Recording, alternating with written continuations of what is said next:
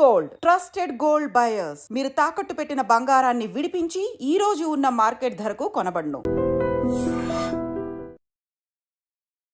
నమస్కారం, welcome to I dream. నేను మీ విజిత. నమస్కారం సార్. నమస్కారం తల్లి. ఎలా ఉన్నారు సార్? ఫైన్ అమ్మా, బాగున్నా. మీరు అందరు ఎలా ఉన్నారు? బాగున్నాం సార్, మేము కూడా. చాలా సంతోషం సార్ మిమ్మల్ని కలిసినందుకు. చాలా సంతోషం తల్లి, నాకు కూడా. ఇంతకుముందు కూడా చాలా విషయాలు మాట్లాడుకున్నాం కదా. అవును సార్, అవునవును సార్. చాలా మంది నిత్యం పూజ చేస్తూ ఉంటారు, దైవారాధనలో ఎక్కువగా ఉంటూ ఉంటారు. అయినా కూడా వాళ్ళ జీవితంలో అసలు ఎటువంటి ప్రశాంతత అనేది ఉండదు. మామూలుగా చెప్తుంటారు కదా సార్ పెద్దవాళ్ళు, ఎక్కువగా దేవుడి ఆరాధనలో ఉన్న వాళ్ళకి ప్రశాంతత ఉంటుంది అని చెప్పి. కానీ ఆ ప్రశాంతత అనేది వాళ్ళ జీవితంలో లోపిస్తూ ఉంటుంది. అటువంటి వారికి అసలు ఎందుకు సార్ భగవంతుడు ఎందుకు సపోర్ట్ చేయడంటారు? ఏం చెప్తారు దాని గురించి మీరు? అంటే ఒకటి తల్లి, మనం అందరం ఏమనుకుంటామంటే ఈ జన్మలో మనం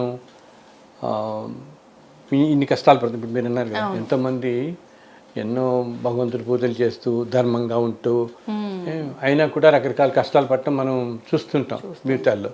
సో మనకు అప్పుడు అనుమానం వస్తుంది అనమాట, ఏంటి అదే ఎందుకు ఇంత ధర్మంగా ఉన్నా, అందరు చెప్తారుగా భగవంతుని ఆరాధిస్తూ ఉన్నా, ఎప్పుడు ఆయన్ని తలుచుకుంటున్నా, ఆయన సేవలో ఉన్నా, అండ్ ఏదైనా ఈ వ్రతాలు నోములు ఇవి చేస్తూ ఇంత చేస్తున్నా కూడా ఈ కష్టాలు మాత్రం మనకి ఎందుకు పోవట్లేదు అనుకుంటారు కదా. ఎంతోమంది చూస్తుంటాం మనం, ఎన్నో ధర్మంగా ఉంటూ ధర్మంగా జీవితం గడపటం ఒకటి.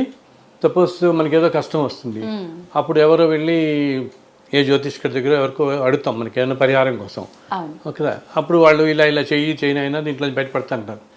అయినా అలా చేసినా కూడా బయటపడిన వాళ్ళని చూస్తున్నాం కదా మనం, చాలా మందిని చూస్తున్నాం. ఇప్పుడు పాపం వాళ్ళు చెప్పినట్టు అన్ని ఫాలో అవుతారు. ఏదైనా క్షేత్రానికి వెళ్ళి దర్శించుకోమని చెప్తారు, లేకపోతే 40 రోజులు నిద్ర చేయండి, 3 రోజులు చేయండి, ఇలా ఉండండి, 3 రోజులు నిద్ర చేయండి, లేకపోతే 40 రోజులు నిద్ర చేయండి, లేకపోతే ఈ యజ్ఞం చేయండి, ఇవన్నీ చేయండి. అన్ని చేస్తున్నా కూడా వీళ్ళకి ఒక్కోసారి వీళ్ళు చెప్పినట్టు అన్ని చేస్తున్నా కూడా మనకి అంత ఉపశమనం కలగదు ఒక్కోసారి కదా.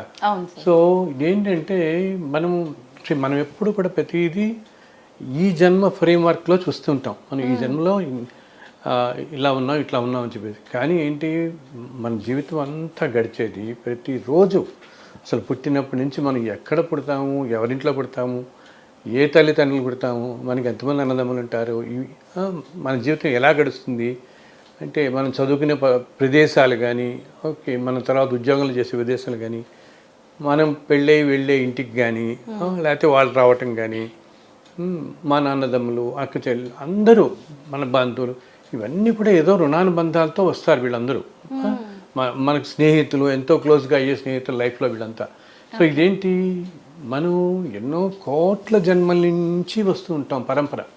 ఒక జన్మ కాదు కదా ఇది. మనం మామూలుగా మన గ్రాండ్ ఫాదర్ తెలుసు, ఓకే, గ్రేట్ గ్రాండ్ ఫాదర్ అంటే మనకి పెద్ద తెలియదు, ఓకే. మామూలుగా మన నాన్నగారి పేరు, తాతగారి పేరు దాకా తెలుస్తుంది. ముత్తాతగారి పేరు చెప్పమంటే చెప్పలేరు కొంత. బట్ మన పై తరాలు వాళ్ళంతా ఉన్నారు కదా. అలాగే ప్రతి జీవి ఏంటన్నమాట, ఎన్నెన్నో జన్మల నుంచి మనం ఇప్పుడే కాదు, ఇప్పుడు కాకుండా ఎన్నో యుగాల నుంచి కూడా మనం ఉన్నవాళ్ళం. కొన్ని కోట్ల సంవత్సరాలుగా ఎన్నెన్నో జన్మల్లో ఉండి, ఆ జన్మల్లో ఏంటి, ఓ జన్మలో ఒక రకమైన జీవితం గడుపుతాం, ఇంకో జన్మలో ఇంకో రకమైన జీవితం గడుపుతాం. ఇప్పుడు పాతకాలం ఉంది. ఇప్పుడు ఇదంతా మనం కలియుగం స్టార్ట్ అయ్యి 5000 సంవత్సరాలు అవుతుంది మనకి. ఎందుకు ఇంత వివరం చెప్తున్నానంటే, ఇది ఈ రోజుల్లో చాలామందికి వస్తున్న ప్రశ్న. ఎంతో కష్టంగా, ఇప్పుడు నాకు ఈ మధ్య కూడా మన ఎవరో వచ్చారు పాపం, ఆవిడ ఎంతో పుణ్యాత్మనాలు, ఎంతో పూజలు అవి చేస్తుంది.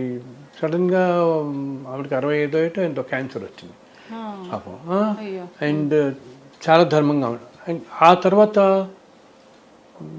1 సంవత్సరం అయింది, ఏదో మందులు అవి వాడుతున్నారా, మళ్ళీ జస్ట్ 1 నెల 2 నెలలకే వాళ్ళ కూతురు కూడా క్యాన్సర్ వచ్చింది. మరి ఎంతో బాధాకరం. ఎంతో చక్కటి కుటుంబం, ఎంతో చక్కగా ఉండి అన్ని విధాల ఎంతో మంచి ధర్మంలో నడుస్తూ కూడా ఏంటి, ఇది కష్టం మీద కష్టం కదా. ఆవిడకి రావటం ఏంటి, మళ్ళీ కూతురికి రావటం ఏంటి, పోనీ ఏమన్నా అన్యాయాలు చేస్తున్నారు. జనరల్ మనం ఏమనుకుంటాం, ఏం అన్యాయాలు అధర్మం చేసే వాళ్ళకి అనారోగ్యాలు వస్తాయని. వీళ్ళు అన్నీ చేస్తున్న వాళ్ళు, బట్ వీళ్ళకి ఎందుకు ఇలా జరిగింది అంటే ఏంటన్నమాట, ఇంతకుముందు మనం ఈ జన్మల్లో ఎప్పుడెప్పుడు ఏమేం చేసుకున్నాం అది మనకి తెలియదు కదా. సో వాటివి అన్నీ ఇప్పుడు మనకి అనుభవానికి వస్తూ ఉంటాయి. రకరకాల మళ్ళీ తర్వాత జన్మల్లో మనం అనుభవిస్తూ పోతూ ఉంటాం. అందుకని ఇప్పుడు ఈ జన్మ మనకి ఏదైనా కష్టం అది కలిగిందంటే ఇదేంటనమాట, ఏదో 400-500 జన్మల క్రితం మనం ఏదో ఏ అన్యాయం చేస్తుంటామో, ఏ తప్పు చేస్తుంటామో, వాటి ఫలితం ఇప్పుడు అనుభవిస్తుంటాం. సో ఈ ప్రారంభకరం అని వల్ల వచ్చేది మాత్రం ఎంతటి వాళ్ళకైనా తప్పదు. మనం చేసుకునే ఈ పూజలు కానీ ఏమి ఏదైనా మహానుభావాన్ని దర్శించడం వల్ల కానీ, భగవంతుకు సంబంధించిన రామాయణ భారతాలు ఇవన్నీ చదవటం వల్ల కానీ, వీటన్నిటి వల్ల మనకి జరిగేది ఏంటి, ఎవరన్నా ఇలా జ్యోతిష్కులు తిరిగితే ఓ పరిష్కారం చెప్తారు కదా, నీకు ఈ పీరియడ్ నడుస్తుంది అయినా నువ్వు ఇలా చదువుకో, ఇది చేసుకో అని చెప్పి. వీటన్నిటి వల్ల ఏంటంటే ఈ కర్మ పూర్తిగా తెలిగిపోదు కానీ అది తట్టుకునే ధైర్యం వస్తుంది, ఆ శక్తి వస్తుంది అనమాట మనకి. ఆ తట్టుకునే శక్తి వస్తుంది అండ్ కొంచెం ఉపశమనం కలుగుతుంది. అంటే ఏంటి, ఒక 5 ఏళ్ళు ఉన్న సఫరింగ్ 4 ఏళ్లతోనే తొందరగా బయటపడగలుగుతాం మనం. పీరియడ్ కొంచెం తగ్గుతుంది అనమాట. అందుకని పూర్తిగా తీసేయటం మాత్రం జరగదు, అనిపించి తప్పదు. ఇక ఇది కూడా ఏంటి, అందరూ ఏమనుకుంటారంటే మనం కింద జన్మలో ఏదో చేస్తుంటాం, దానికి జన్మలో ఏదో అనిపిస్తున్నాం అని. అది వెంటనే జరగాలని లేదనమాట. కొన్ని వేల జన్మల క్రితం మనం ఏదైనా చేసిన అకారణంగా చేసిన వాటికి ఈ జన్మలో అనుభవిస్తూ ఉండొచ్చు. ఏమి కిందట 100 జన్మల క్రితం చేసిన దానికి మళ్ళీ ఒక 1000 జన్మల తర్వాత ఎప్పుడో రావచ్చు అనుభవానికి. అందుకని ఇప్పుడు ఇందాక నేను చెప్పాను, తల్లికి వచ్చింది మళ్ళీ పాపం ఈ కూతురు కూడా ఇదే బాధ. ఫస్ట్ ఏంటి, వీళ్ళు తల్లి కూతుర్ల కింద అయ్యారంటే వీళ్ళకి ఒక బంధం ఉండబట్టే కదా. సో నేను ఒకసారి ఆలోచించే కానీ ఎందుకు వీళ్ళిద్దరు ఇంత బాధపడుతున్నారు అన్నప్పుడు, వీళ్ళిద్దరూ కూడా ఒక 1000 జన్మల క్రితం అన్నమాట. ఇద్దరు ఒకే కుటుంబంలో జన్మించిన అన్నదమ్ములు. ఆ టైంలో వీళ్ళకి చాలా ఏమంటాం మనం, ఎంతో ఆస్తి, ఎంతో ధనము, ఎంతో చాలా ఉండేదన్నమాట. అయితే ఆ టైంలో వాళ్ళు ఎన్నెన్నో ఆ డబ్బు చూసుకుని, ఆ పవర్ చూసుకుని, అంటే మనం 1000 జన్మల వెనకాల కంటే మనం ఆల్మోస్ట్ ద్వాపర యుగంలోకి అలా వెళ్ళిపోతాం. అప్పుడు అన్ని రాజ్యాలే కదా. అప్పుడు ఆ రాజ్యాలు ఉన్న టైంలో కూడా మనం అందరం ఉన్నాం. ఇప్పుడు మన చుట్టూ ఉన్న వాళ్ళందరం ఆ టైప్ రకరకాల సంస్కృతుల్లో ఉన్న జీవులే ఇవన్నీ. ఇప్పుడు మన చుట్టూతో ఉన్న వాళ్ళందరం మనం అందరితో చెప్తుంటాను. శ్రీకృష్ణుడి టైంలో ఉన్నప్పుడు ఉన్నారు, రామాయణ టైంలో, కృతయుగంలో మహాభారతం టైంలో, త్రేతాయుగంలో రాముల వారు ఉన్నప్పుడు, ద్వాపరయుగంలో కృష్ణుడు ఉన్నప్పుడు మనం ఉన్నవాళ్ళమే మనం అందరం. అండ్ ఆ యుగాల్లో సంస్కృతి కూడా డిఫరెంట్ కదా. అప్పుడంతా రాజులు రాజ్యాలు మనం చదువుతుంటాం కదా. సో అప్పుడు వీళ్ళు కూడా రకరకాల వృత్తుల్లో ఉండేవాళ్ళు. సో అప్పుడు ఏంటి, కొంతమంది ఏదో సైన్యంలో పనిచేస్తూ, కొంతమంది ఏదో వ్యవసాయంలో ఉండి, కొంతమంది ఏదో వ్యాపారాల్లో ఉండి, ఈ జీవన వృత్తులన్నీ డిఫరెంట్గా ఉండేవి. అవన్నీ వ్యవస్థల్లో ఉన్నవాళ్లే ఉన్నా కూడా వాళ్ళు అప్పుడు కూడా ఏవో తప్పులు చేసి ఉంటారు కదా రకరకాల కారణాలతో.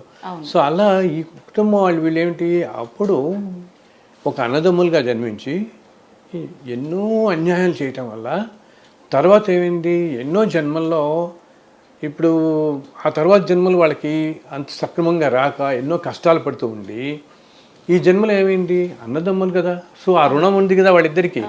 ఆ రుణం ఉండటం వల్ల ఈసారి మళ్ళీ తల్లి కూతులుగా పుట్టారు. కొంతమంది ఏమో తల్లి కొడుకులుగా పుట్టచ్చు, ఓకే, లేకపోతే చెల్లెలుగా పుట్టచ్చు.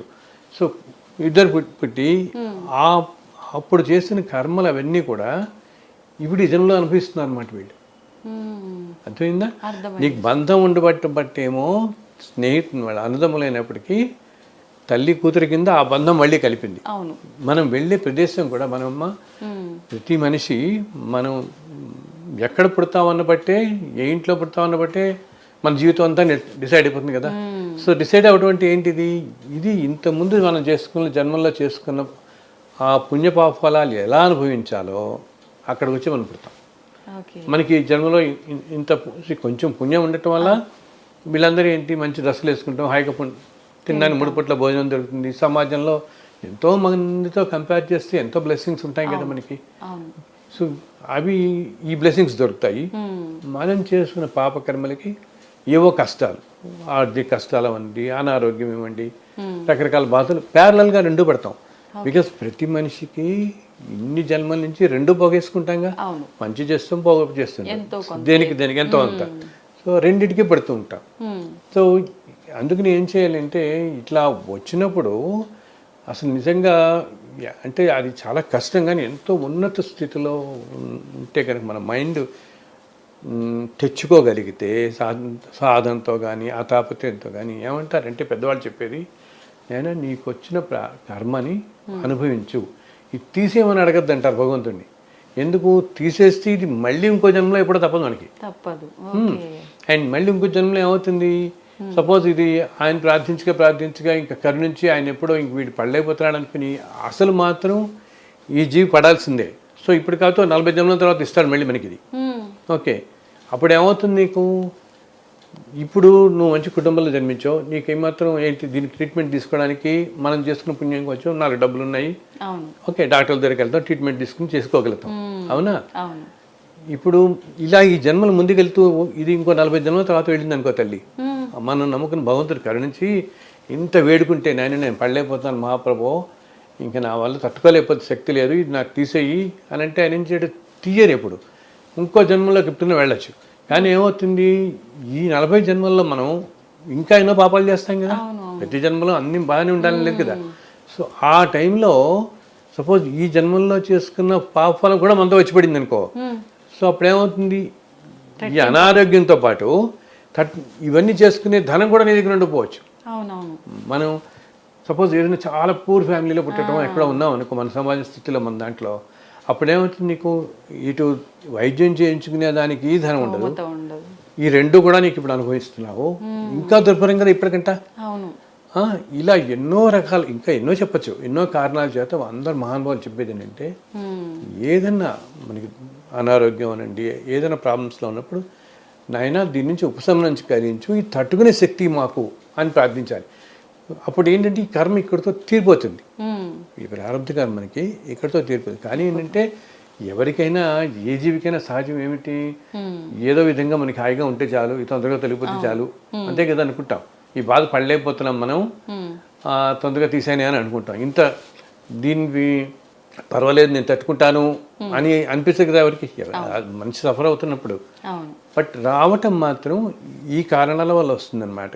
ఏంటి, మనం ఎన్ని చేస్తున్నా, ఎంత మంచి పనులు చేస్తూ, ఎంత ధర్మం ఏం చేస్తున్నా, ఏదో జన్మల్లో మనం చేసిన వాటికి ఇవి రకరకాల అనారోగ్యాలు, లేకపోతే మనకంటే ఎదుర్కొంటా కొంతమంది అసలు అన్నిటికంటే బాధాకరమైంది ఎవరికైనా కూడా అన్నమాట, వాళ్ళకు పుట్టిన సంతానం వాళ్ళకంటే ఎదుర్కొంటా వెళ్ళిపోవటం మనం చూస్తాం కదమ్మా. చాలా బాధ పుట్టిన సంతానం ఒక్కోసారి వీళ్ళు 60 ఏళ్ళు 40 వచ్చి, అది ఎందుకు 50 ఏళ్ళు అని ఉండి 8 ఏళ్ళప్పుడు 10 ఏళ్ళప్పుడు పిల్లలు అకాలంగా ఏదో చిన్న చిన్న అనారోగ్యాలు వెళ్ళిపోతే అంతకంటే బాధ ఉండదు.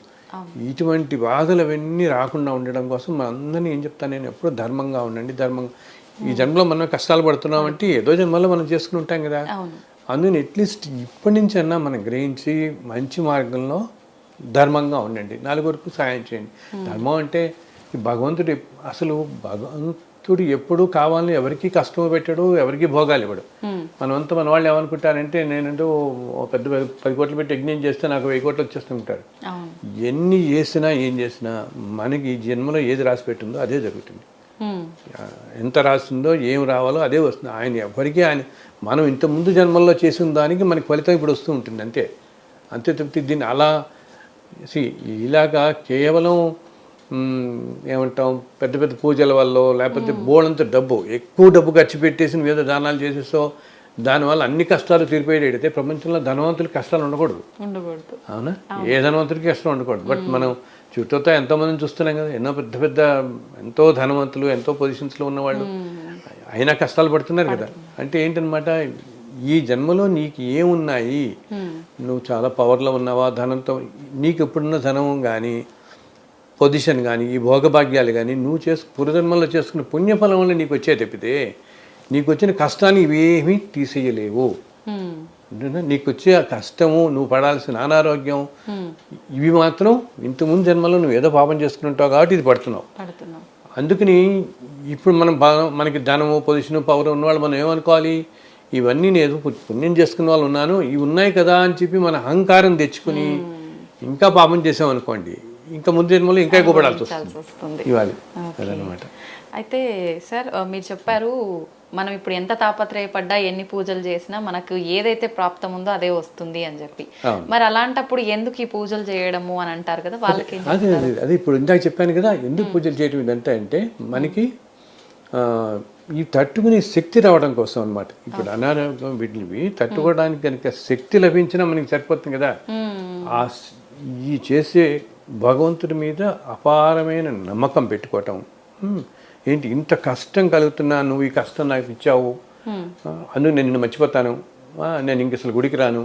చాలాసార్లు వింటుంటాం మనం. ఇప్పుడు అసలు దేవుడు ఎక్కడున్నాడు, నాకు ఇంత అన్యాయం చేశాడు, నాకు తండ్రిని పోగొట్టాడు, నా తల్లిని పోగొట్టాడు, ఇవన్నీ చేశాడు, దేవుడు ఎక్కడున్నాడు అనుకుంటాం కదా మనం. తిడుతుంటారు కదా. బికాజ్ ఆ క్షణంలో మనిషికి వచ్చే ఎమోషనల్ ఆలోచనలు అలాగే ఉంటాయి.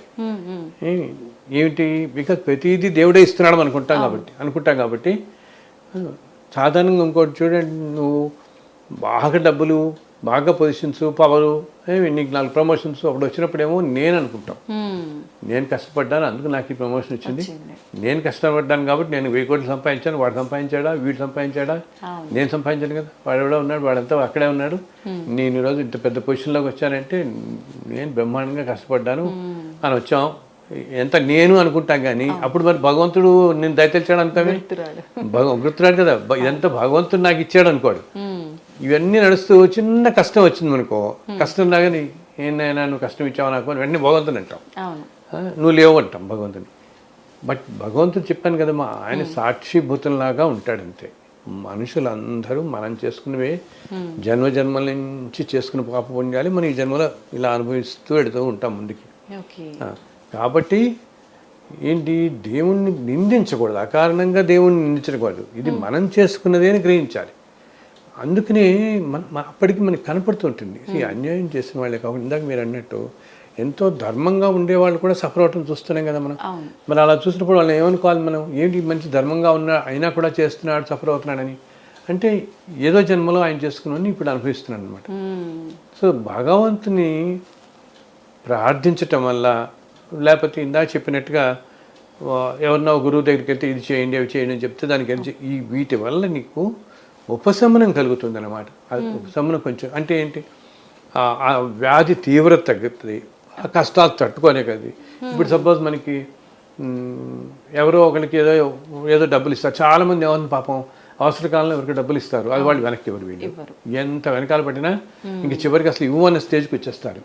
అది కష్టమే కదా. వీళ్ళు ఏదో ఎంతో కష్టపడి దాచుకునేది ఏ స్నేహితుడికో ఏ బంధువుకో అవసరం వచ్చిందని చెప్పి ఇస్తారు, వీళ్ళకి అవసరం వచ్చిందంటే అసలు చివరికి నువ్వు ఎప్పుడు ఇచ్చావు అన్నట్టుగా తయారైపోతుంది పరిస్థితి.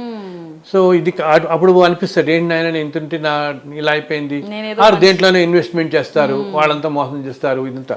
అప్పుడు ఏంటి, నీకు భగవంతుని ప్రార్థించడం వల్ల నీకు కలిగేది ఏంటంటే ఈ కష్టం తట్టుకునే శక్తి వస్తుంది. అలాగే సపోజ్ నువ్వు ఒక 60 లక్షలు ఏదో జనరల్గా చెప్తున్నాను నేను, నీకు అనుకుంటే రావాలనుకుంటే దాంట్లో 30-40 అసలు అంటూ వస్తుంది, నీకు కొంచెంలో కొంచెం ఉపశమనం నీకు కలుగుతుంది. బట్ ఆ ప్రారంభ కర్మ మాత్రం పూర్తిగా తొలగించుకోవడం జరగదు, కలిగిపోవడం. ఏదైనా మామూలుగా అనారోగ్య కారణాలు అవనండి, ఇంకో కష్టం అవనండి, వాటికి తట్టుకునే శక్తిని మనకి భగవంతుని స్మరించడంలో వస్తుంది. దానికి కూడా ఇప్పుడు అందరికీ కూడా ఎంతో వ్యయం పెట్టి ఏదో పూజలు చేయించుకోవటం, లేకపోతే వీళ్ళు చెప్పినట్టుగా పరిహారాల ఫలానా గుడికి వెళ్ళాలండి మీరు అక్కడ చేయించుకోవాలంటాం అంటే ఖర్చుతో కూడిన కూడా ఉంటాయి. అండ్ ఈ రోజుల్లో టైం కూడా ఉండట్లేదు అందరికీ.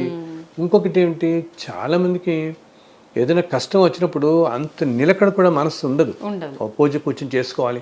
ఎవరో చెప్తారు, అమ్మ నీకు టైం బాగాలేదు, నువ్వు రోజు లలిత సహస్రనామం చదువుకో, మనం వింటుంటాం కదా, మన బంధువుల్లో మనవాడు పెద్దవాళ్ళంతా చెప్తారు, లేకపోతే విష్ణు సహస్రనామం చదువుకో, నీకు ఈ కష్టాలకి కొంచెం ఉపశమనం.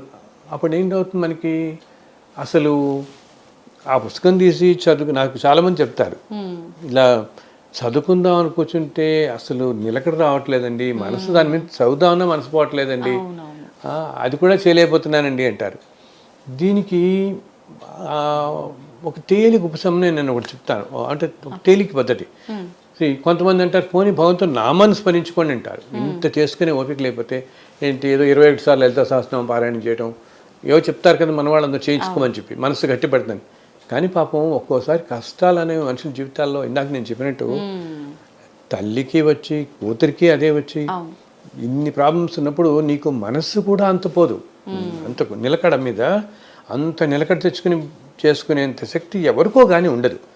అప్పుడు ఏంటంటే కనీసం తల్లి కళ్ళు మూసుకుని నీ పన్ను చేసుకుంటూ ఆయన రూపం మనసులో తెలుసుకున్నా చాలు.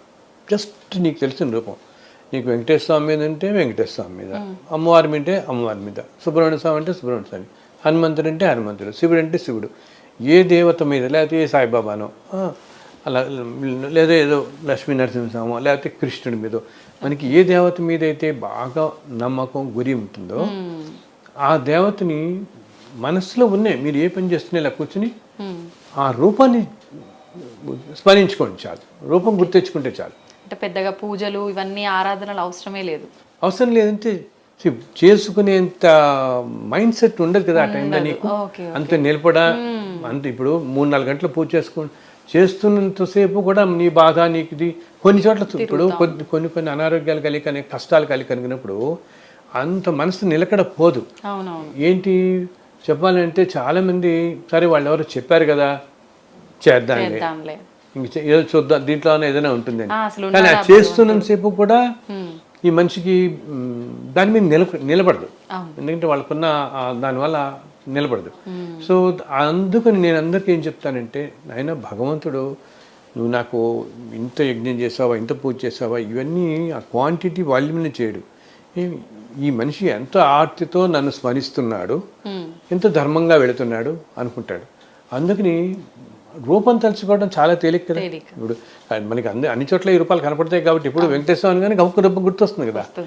సో నువ్వు ఏ పని చేసుకుంటున్నా మధ్యలో నీకు టైం ఉన్నప్పుడు ఉన్న కళ్ళు మూసుకొని ఆ రూపం తలుచుకుని మనసులో నమస్కారం పెట్టుకో. మనస్సులోనే కూర్చున్న ప్రదేశం నుంచే ఎక్కడున్నా సరే ఒక్క నమస్కారం పెట్టుకుని వీలున్నప్పుడల్లా ఆ రూపం తలుచుకుంటున్నా చాలు.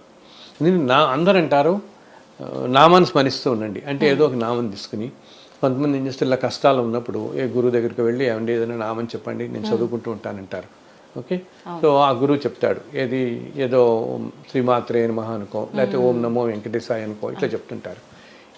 ఈ ఒక్కొక్కప్పుడు ఏంటంటే మనసుకి ఈ కష్టాలకి దాని మీద కూడా నిలకడ రాదు. వచ్చిని ఇప్పుడు నువ్వు కళ్ళు మూసుకొని చదువుకోమంటే మంత్రం చదువుకోమన్నా ఆ నామం చదువుకోమన్నా 4 సార్లు చదివేటప్పటికల్లా మనకి మైండ్ పక్కకి వెళ్ళిపోతుంది వెంటనే కష్టం.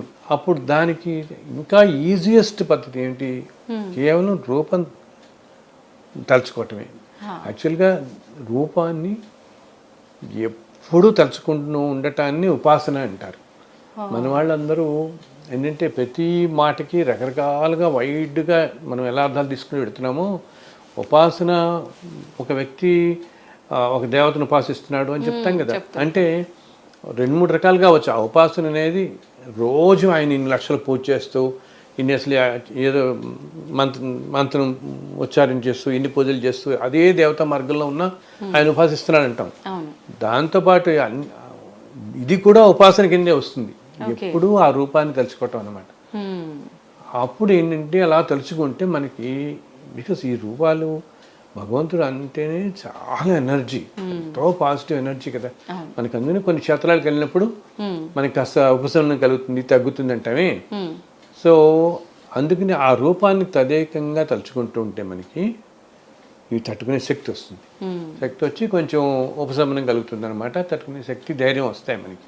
ఓకే సార్, చాలామంది ఉపవాసాలు ఎక్కువగా ఉంటుంటారు, దీపారాధన చేసేవాళ్ళు. అటువంటి వారికి నిజంగా దైవ అనుగ్రహం ఎక్కువగా ఉంటుందంటారా? అది ఏంటంటే తల్లి, ఇవన్నీ కూడా ఎవరి వారి వ్యక్తిగత ఇష్టానుసారాలు, వాళ్ళ నిర్ణయాలు, వాళ్ళ ఆలోచనలు, వాళ్ళ దృక్పథం బట్టి చేసుకునేవి తప్పితే అసలు యాక్చువల్గా ఉపవాసం అంటే మనం తినటం మానేయమని, భుజించడం మానేయమని కాదు అర్థం. ఉపవాసం అంటే భగవంతుడికి దగ్గరగా ఉండటం అన్నమాట. ఓకే, దాన్ని ఉపవాసం ఉంటారు. అతి దగ్గరగా భగవంతుడికి దగ్గరగా ఉండటాన్ని ఉపవాసం ఉంటాం మనం. ఓకే, సో అది ఎందుకు పెట్టారు? ఏదన్నా పూజ చేస్తున్నప్పుడు మీరు ఇది ఇప్పుడు ఉపవాసాలు అన్నవే, అట్లా ఉన్నప్పుడు ఏంటంటే సపోజ్ ఎప్పుడు కూడా మన మనస్సు ఆలోచనలు మనం తినే ఆహారం బట్టి కూడా ఉంటాయి. ఈ సాత్విక ఆహారం, ఏ ఆహారం ఎంత తీసుకుంటున్నాం, ఎలా తీసుకుంటున్నాం, దీన్ని బట్టి మన ఆలోచన, మన మనస్సు పనిచేస్తుంటుంది. ఒక రోజు ఏదైనా ఒక పూజ చేస్తున్నావు అనుకున్నాం, ఆ రోజు కనుక నువ్వు చాలా ఎక్కువ ఆహారం తీసుకున్నావు అనుకో, అప్పుడేమవుతుంది, శరీరం మీద పనిచేసి మనస్సు మీద అది పనిచేసి నీకు దీని మీద ఏకాగ్రత కుదరదు. అందుకని వీళ్ళు ఏమంటారు, తక్కువ ఆహారం తీసుకోండి లేదా ఉపవాసం ఉండండి అంటారు. ఓకే, అంటే ఏమి తినకుండా ఉండటం. కానీ అది అందరికీ ఇప్పుడు ఒక్కొక్కళ్ళ వయస్సుని బట్టి, వాళ్ళ స్థితులు బట్టి, వాళ్ళ జీవన విధానం బట్టి, వాళ్ళ ఆరోగ్య స్థితిని బట్టి అందరికీ కుదరకపోవచ్చు ఉపవాసం అనేది. సో ఇందాక నేను చెప్పిన దాని ప్రకారం భగవంతుడి దగ్గరగా ఉండటం ఉపవాసం. అందుకని నువ్వు కావాల్సిన దాంట్లో మితాహారం ఏదో ఒకటి కొంచెం తీసుకొని చక్కగా పూజ చేసుకోవచ్చు. నేను చాలామంది చెప్తాను, కొన్ని వ్రతాలు అవి చేసేటప్పుడు కానీ, కొన్ని పూజలు చేసేటప్పుడు కానీ స్ట్రిక్ట్గా ఉపవాసంతో ఉండాలి అంటే భగవంతుడు ఏమీ అనుకోడు తల్లి, పాలు తాగండి, 4 అరటిపళ్ళు తినండి. నేనైతే కొంచెంమందికి ఏమీ పర్లేదు, లైట్గా ఏదైనా టిఫిన్లా కూడా తినండి, ఆయన ఏమీ అనుకోడు. ఆయనకు కావాల్సింది మనిషి ఏమీ తినకుండా ఆ వ్రతంలో అక్కడ కూర్చొనిసేపు నానా తంటాలు పడిపోతుంటే భగవంతుడి మీద దృష్టి ఎక్కడ పోతుంది, మనం చేసి ఆ వ్రతం మీద దృష్టి ఎక్కడ పోతుంది. కొంచెం శరీరం కూడా స్థిమితంగా ఉండాలి కదా కూర్చునేటప్పుడు. అండ్ అందుకని బాగా వీలుండి చిన్న వయసులో ఉండి చేసుకోగలిగితే పర్వాలేదు, కానీ అదర్వైజ్ అవసరం లేదు. అండ్ ఇవన్నీ కూడా తల్లి అలా మనకి ఓపెన్ చేసుకోవడం, కానీ అదర్వైజ్ అసలు ఏమాత్రం అవసరం లేదు. ఇవన్నీ కూడా ఇంకోటి ఏంటి, కాలాన్ని పెట్టారు. ఇప్పుడు మన చిన్నప్పుడు కాలంలో మనకి ఋతువులు అన్నీ డిఫరెంట్గా ఉండేవి. అసలు ఈ ప్రొఫెషన్స్ లేవు కదా, ఇప్పుడున్న ఈ సాఫ్ట్వేర్లు, ఈ బ్యాంకులు, ఈ ఉద్యోగాలు, ఈ గందరగోళం ఇవన్నీ లేవు.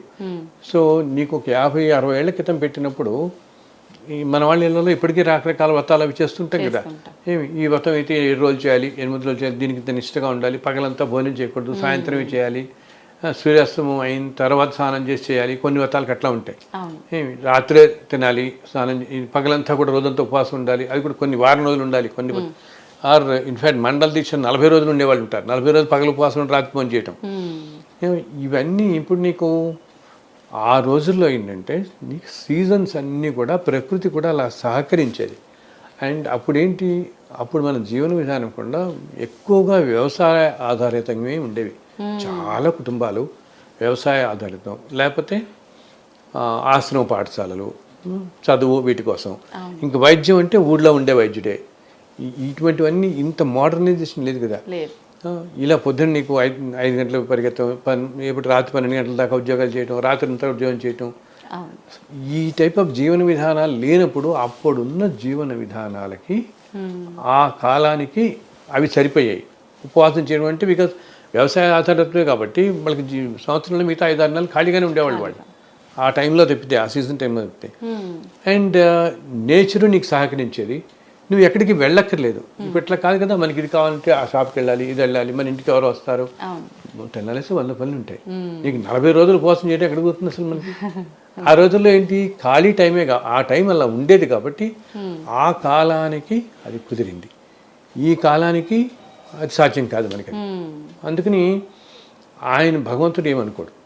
ఇప్పుడు కాలంతో పాటు ఇది మార్పు వచ్చింది కాబట్టి ఈ మార్పుతో ఆయన భగవంతుడు చూసేదల్లా మీరు ఎంత మనస్సు ఎంత నిర్మలంగా ఉంది, అండ్ వీళ్ళ ఆలోచనలు ఎంత నిర్మలంగా ఉన్నాయి, నలుగురికి సమాజం హితం ఎంత కోరుకుంటున్నాడు, ఇవన్నీ ఆలోచిస్తాడు భగవంతుడు. అండ్ ఎంత ఆర్తితో నన్ను కొలుస్తున్నాడు. కొంతమందికి ఎలా ఉంటుందంటే తల్లి, నేను చూస్తాను, ఇప్పుడు ఏదో భగవంతుడి దగ్గరికి ఆలయానికి కదా వెళ్తాడు, ఓకే, ఇతనికి చాలా డబ్బు, పొజిషన్ అన్నీ ఉండడంతో ఆ పవరు అంతా కూడా అక్కడ కూడా చూపిస్తాడు. చూస్తాం కదా మనం. ఆయన చూపించిన తర్వాత ఏదైనా ఏదో అనారోగ్యం వెళ్తే ఎవరో చెప్తారు, నువ్వు వెళ్ళి అక్కడికి వెళ్ళి ఏదో గుళ్ళో ఏదో పూజ చేయమంటే దాన్ని నా గుడికి నేనే చైర్మన్, నేను బ్రహ్మాండ చేస్తానని చెప్పి వెళ్ళి అక్కడ కూర్చొని ఆ పూజ చేయిస్తాడు. ఏదో వాళ్ళ ఇంట్లో ఎవరికో అనారోగ్యంకో దేనికో. బట్ ఆ చేస్తున్నంతసేపు కూడా ఏమనుకుంటాడు, నేను ఇంత అథారిటీతో కూర్చున్నాను. ఆ మనిషికి అహంకారం ఉంటుంది కదా, అహంకారంగా ఇంత అథారిటీ ఉంది నాకు, నేను కాబట్టి దేవుడి దగ్గర గర్భగుడి ఎదుర్కొండానే కూర్చొని నేను బ్రహ్మాండంగా ఆయన కూడా పూజ చేయించుకున్నాడు చేయిస్తున్నాడని నాకు ఎందుకు ఫలితం రాదు అని ఎప్పుడైతే అహంకారం తోడవుతుందో దాని ఫలితం అసలు రాదు. ఇదే ఇటువంటి ప్రాబ్లమే ఈ సమస్య వచ్చి అతి సామాన్యమైన మనిషి ఎక్కడో ఈ వెనకాల 70 లెవెల్స్ వెనకాల ఎక్కడో లైన్లో పాపం ఆప్సఫాలు పడుతూ వస్తాడు చూసావా, అతను ఎంతో ఆర్తితో వస్తాడు. ఆయనకి ఆర్తి తప్పితే ఇంకేం ఉండదు. అటువంటి వాడి కోరిక వెంటనే తీరుతుంది. ఎప్పుడైతే అహంకారం తోడైతే మాత్రం భగవంతుడు ఏమాత్రం క్షమించడు దానికి. అందరూ అలా ఉంటారంటలేదు నేను. ఎంతో ధనవంతులై మంచి పొజిషన్స్లో ఉన్న వాళ్ళు కూడా మంచితనంతో భక్తిగా ఉండేవాళ్ళు, ధర్మంగా ఉండేవాళ్ళు కూడా ఉన్నారు. కానీ ఇది రాకూడదు మనకి. ఈ ఇగో అనేది మా పక్కన అహంకారం కనుక యాడ్ అయితే అసలు మంచిది కాదు. ఇప్పుడు కాబట్టి వచ్చే జన్మల్లోనో దానివల్ల చాలా ఎఫెక్ట్ అవుతాం మనం, ఈ జన్మలోనే అవుతాం. సో ఇవి మీరు అడిగిన ఉపవాసానికి అది చెప్తున్నా. ఈ కాలానికి చాలా కష్టం కాబట్టి మనం మనస్ఫూర్తిగా ఇప్పుడు ఏదో చిన్న పూజ ఏదో ఉంటుంది అనుకోండి, పగలంతా కుదరదు, కొన్ని సాయంత్రం చేసుకోండి. మీరు ఆఫీస్ నుంచి వచ్చిన తర్వాత సాయంత్రం హాయిగా స్నానం చేసుకొచ్చిన ప్రశాంతంగా. బికాజ్ పొద్దునైతే ఏంటి మనకి ఇదే దృష్టిలో ఉంటుంది, తొందర కంప్లీట్ చేసేసుకోవాలి, పరిగెత్తాలని, దాని మీద చేసి ఉండదు. ఓకే, సో ఈవినింగ్స్ చేసుకోండి ఎప్పుడన్నా. అండ్ ఉపవాసం అవసరం లేదు. బికాజ్ అన్నిటికంటే శారీరక ధర్మం, మీ వృత్తి ధర్మం ఇవన్నీ కూడా భగవంతుడు చూస్తారు. అయ్యో వీళ్ళు ఇవన్నీ ఉన్నాయి కదా, వీటిని పెట్టుకుని నేను చేస్తాను. సో అసలు అలా ఆలోచించట్లేదు. ఓకే, అయితే సార్ మీరు ఇందాక కూడా చెప్పారు మనం చేసేవన్నీ కూడా గత జన్మను బట్టే ఆధారపడి ఉంటాయి. ఈ జన్మలో మనం అది తప్పించుకున్నా మరో జన్మలో అనుభవించాల్సిందే. నిజంగా పునర్జన్మ అనేది ఉందా సార్? ఇదంతా నిజమే అంటారా? తప్పకుండా తల్లి. నిజంగా జన్మజన్మలు అనేవి ఉండబట్టే మనం ఇంత వైవిధ్యమైన జీవితాలు చూస్తాం. అవునా, మన చుట్టుపక్కల ప్రపంచంలో ఎంతో వైవిధ్యంగా చూస్తాం. అంటే ఏంటి, ఇప్పుడు ఒకే కుటుంబంలో పుట్టిన 4-5 పిల్లలు 4 రకాలుగా ఉంటారు. అవునా, సేమ్ తల్లిదండ్రులకి జన్మించిన 4 పిల్లలు ఉన్నారనుకో, ఈ తల్లిదండ్రులు చాలా జాగ్రత్తగా పెంచుతారు. కానీ వీళ్ళు ఎంతో సంస్కారం ఉండి వాళ్ళ సంస్కారం నేర్పిద్దామని 4కి ఒకే స్కూల్లో వేసి ఇంత గట్టి సంస్కారంతో తీసుకొచ్చిన 17-18 ఏళ్ళు ఎంతో రాగానే ఎవరిదారు వాళ్ళు అయిపోతారు. అసలు అందరిలో ఒకరికి విపరీతమైన కోపం ఉంటుంది, ఒకటి విపరీతమైన దయ ఉంటుంది, ఒకటి అసలు ఏమి చదువుకోకుండా వెళ్ళిపోతాడు, ఇంకోటి వస్తాడు. మరి మామూలుగా మన లాజిక్ ప్రకారం అనుకుంటాం ఒకే కుటుంబంలో పెరిగిన వాళ్ళు ఒకేలాగా పెరగాలి కదా, ఉండాలి కదా. మరి ఒకటి ఎందుకు ఇంత హింసాపూర్వృత్తిలో వెళ్ళిపోతాడు, ఒకటి ఎంత సౌమ్యంగా ఎందుకు ఉంటాడు, ఒకటి జీవితం ఎంతో గొప్పగా ఉంటుంది, ఇంకోటి జీవితం ఇంకోలా ఉంటుంది. ఇంత వైవిధ్యం ఎందుకు వస్తుంది మరి అంటే, మన రుణంతో ఇక్కడ పుడతామే కానీ మనం ఇంతకుముందు జన్మల్లో ఏం చేసుకున్నామో అది మనం అనిపిస్తూ పోతుంటాం. అందుకని మన తల్లిదండ్రుల వల్ల కానీ, మనకి చెప్తే ఉపాధ్యాయులు కానీ, మన స్నేహితులు కానీ, మన వాళ్ళు ఎంత మనకి నూరు పోసినా మనకి అబ్బుదట్టుపోదు. మనం ఇంతకుముందు జన్మల్లో మనం ఏం చేసుకున్నామో అదే ఆ కర్మల ఫలమే మన ముందుకు తీసుకెళ్తూ ఉంటుంది. మనకి తెలిసి కూడా చెడు పనులే చేస్తాం. ఇది చెడు అని తెలిసి కూడా అడే పోతాడు మనిషి వీడు. ఓకే, ఎందుకు ఆ బుద్ధి అలా తీసుకెళ్తుంటుంది. నువ్వు చేసుకున్న అనుభవాలన్నీ ప్రారంభకంలో అనుభవించడం కోసం ఇది చెడు అన్నా కూడా తెలిసి కూడా దాంట్లోనే పడతారు వీళ్ళు. ఓకే, అదేంటి పూర్వజన్మలు అంత గట్టిగా ఉంటుంది కాబట్టి. ఇప్పుడు ఎందుకమ్మా మనం ఎంత వైవిధ్యం చూస్తామంటే, అసలు ఎక్కడో కుటుంబాల్లో పాపం ఏంటి పరిస్థితులు ఏమాత్రం అనుకూలించిన కుటుంబాల్లో కూడా గట్టిగా చదువుకుని చాలా మంచి పొజిషన్స్లోకి వచ్చేసి సమాజ సేవ చేస్తున్న వాళ్ళు లేరు ఎంతోమంది. అండ్ అన్నీ నీకు ఉండి కూడా నువ్వు ఎంతో ఏమంటాం చాలా అంటే నీకు అన్ని భౌభాగ్యాలు అన్నీ ఉండి అన్ని పొజిషన్స్ ఉండి అసలు 10th క్లాస్ కూడా చదివిన వాళ్ళని చూస్తుంటాం. చదువనే కాదు, సంస్కారంలో కూడా తక్కువగా ఉండే వాళ్ళని చూస్తుంటాం. బికాస్ ఈ జీవి జన్మల నుంచి చేసుకునే సంస్కారంతో వస్తుంది అనమాట వాళ్ళకి. ఈ కోరికనే ఇప్పటికీ కూడా మనం అక్కడక్కడ వింటుంటాం. నేను ఒక చిన్న ఎగ్జాంపుల్ చెప్తాను. ఆ మధ్య నాకు కొంతకాలం క్రితం ఒక ఊరి నుంచి ఒక ఆయన ఫోన్ చేశారు.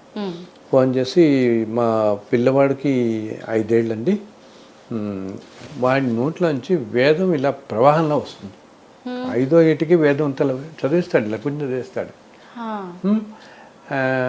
అతను. అంతేకాకుండా అతను ఏం చెప్పాడు, నా తర్వాత ఒక తమ్ముడు పుడతాడు, తర్వాత చెల్లెలు పుడుతుంది మీకు, చూడు 5వ ఏట. అండ్ నాకు 12 ఏడు వచ్చేటప్పటికి నేను సన్యాసం తీసుకుని వెళ్ళిపోతానని 5వ ఏడు చెప్పాడు ఆ పిల్లాడు. నేనేంటంటే బయటికి చెప్పడం ఐడెంటిటీ చెప్పలేక నేను ఇప్పుడు చెప్పలేకపోతున్నాను, కానీ ఆ పిల్లాడిని నేను కలిశాను కూడా వెళ్ళి. ఓకే. సో ఆ పిల్లవాడిని అప్పుడు వీళ్ళు ఒక చాలా పెద్ద వేద పండితుడి దగ్గరికి, ఒక వేదిక యూనివర్సిటీలో ఆయన దగ్గర తీసుకెళ్ళారు ఈ పిల్లాడిని. తీసుకెళ్ళి ఏం చేద్దామంటే ఇతని ప్రతిభ చూసి ఆశ్చర్యపోయాడు ఆయన. అసలు 5వ ఏట ఏమీ చదువుకోకుండా వేదం ఒక ప్రవాహంలో వెళ్తుంది ఈ పిల్లాడికి. అప్పుడు ఈయన అన్నాడు, సరే నా దగ్గర పెట్టుకుని నేను నేర్పిస్తానండి, మెల్లగా ఈ వేదంలో తీసుకెళ్దాం మంచి మార్గంలో అని చెప్పి ఒక 6 సంవత్సరాలు ఉండే ఒక వేదిక కోర్సుని ఈయన చెప్పడం మొదలు పెడితే ఈ పిల్లాడు 6 నెలల్లో పూర్తి చేసేసాడు. 6 మంత్సే.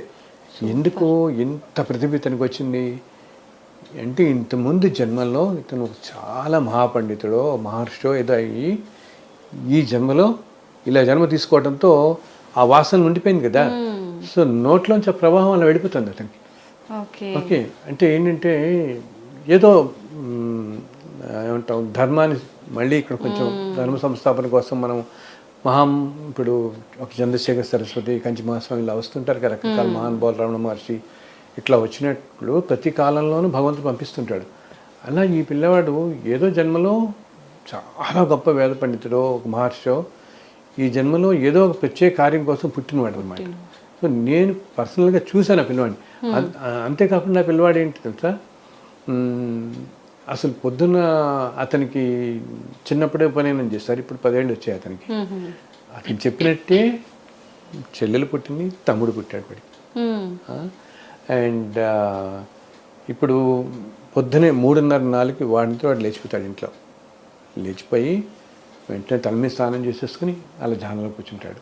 ఇప్పుడు 8 దాకా ధ్యానాలు కూర్చుంటాడు.